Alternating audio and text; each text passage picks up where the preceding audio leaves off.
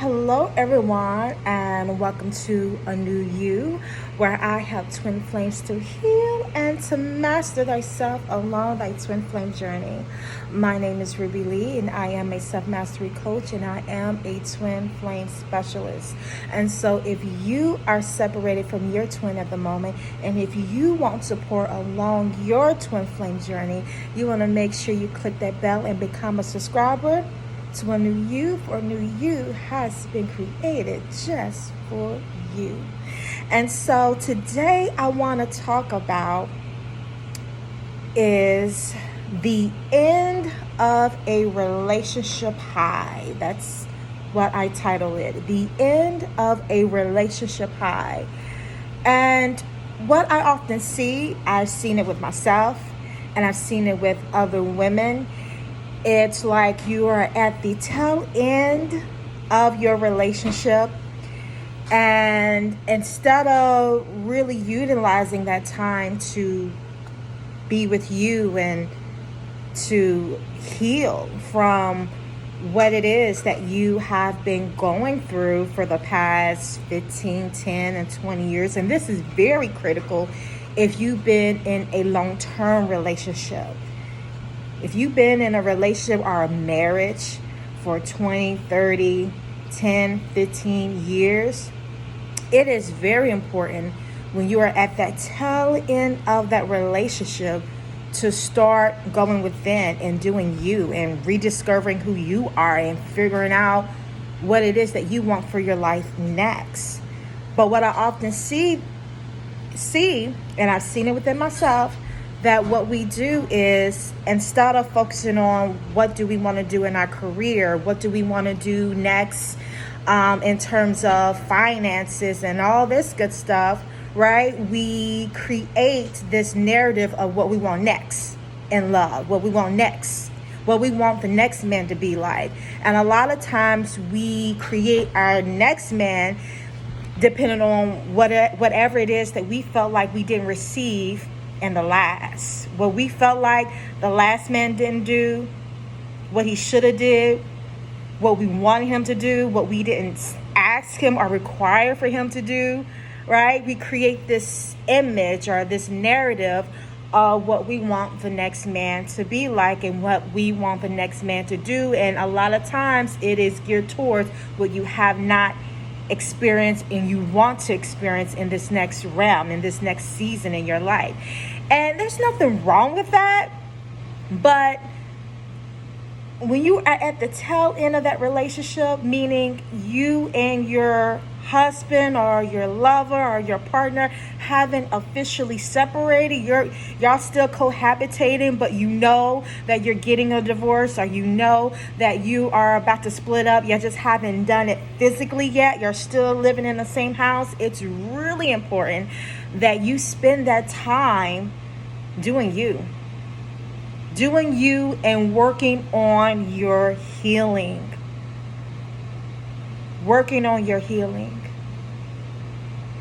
And so, guys, that is it. I created this long narrative that I wanted to talk about because I wanted to use a friend as an example, but it's just really that simple. I thought this video was going to be a little bit longer than what it was, but it's really that simple. And I know that it's easy said than done, because when you're on that tail end of a relationship, like you on this, it's like a relationship high. You know, you are fishing for the next man that is the next contestant in your world, the next person to be what you want him to be, or do things what you want him to do that your ex did not quite fulfill. And it's very dangerous to get out here and start fishing when you're hurting. It's very dangerous to get out here and start getting on these dating sites and getting on and going out. There's nothing wrong with going out with your friends and having fun, but to go out to search for men and you're not in a place of working on your healing, you're still hurt, you're still broken, all you're going to attract is another man that is hurt, that is broken, just like you are. And so it's really, really, really important that you work on your healing, and begin to rediscover yourself, because when you begin that journey of rediscovering and you are into you, you're doing you, your energy shifts, your energy changes.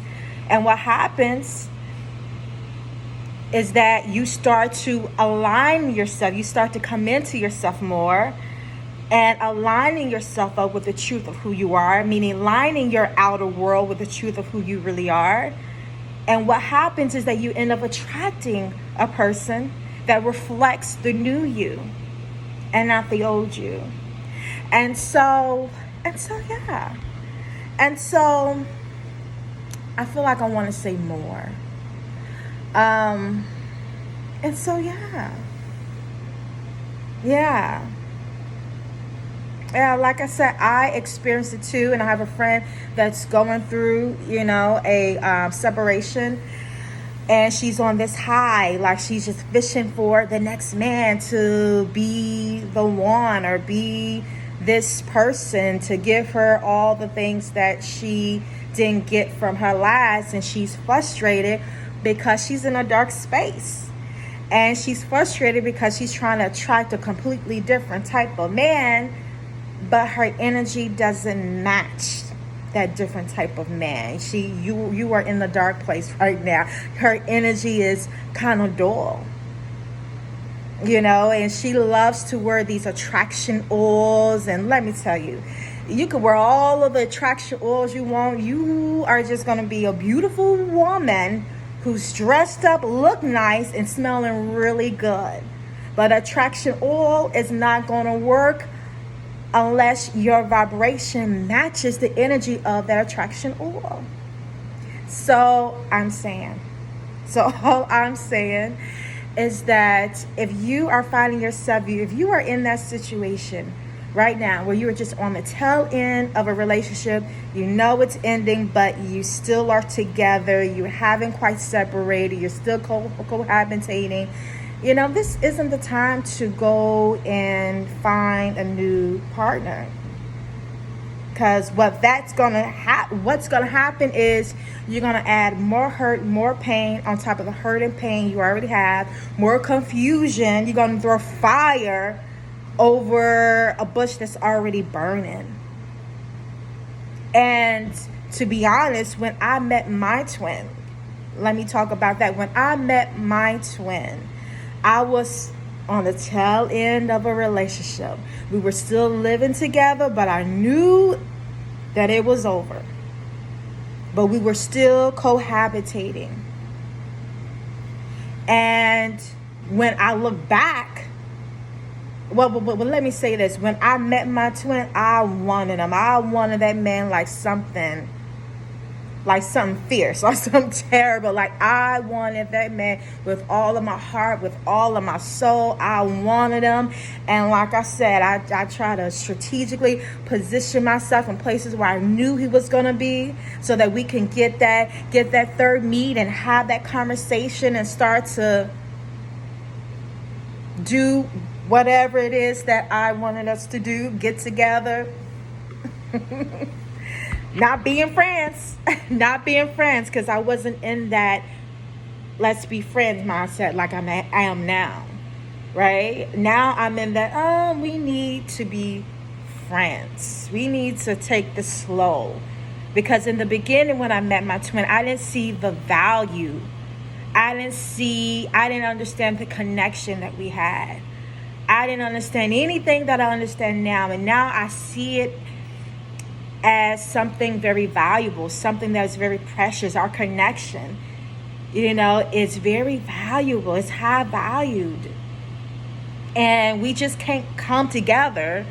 We have to take our time and build a friendship before we can even get into these higher level commitments of doing marriage and family and community and all that good stuff. And so, yeah.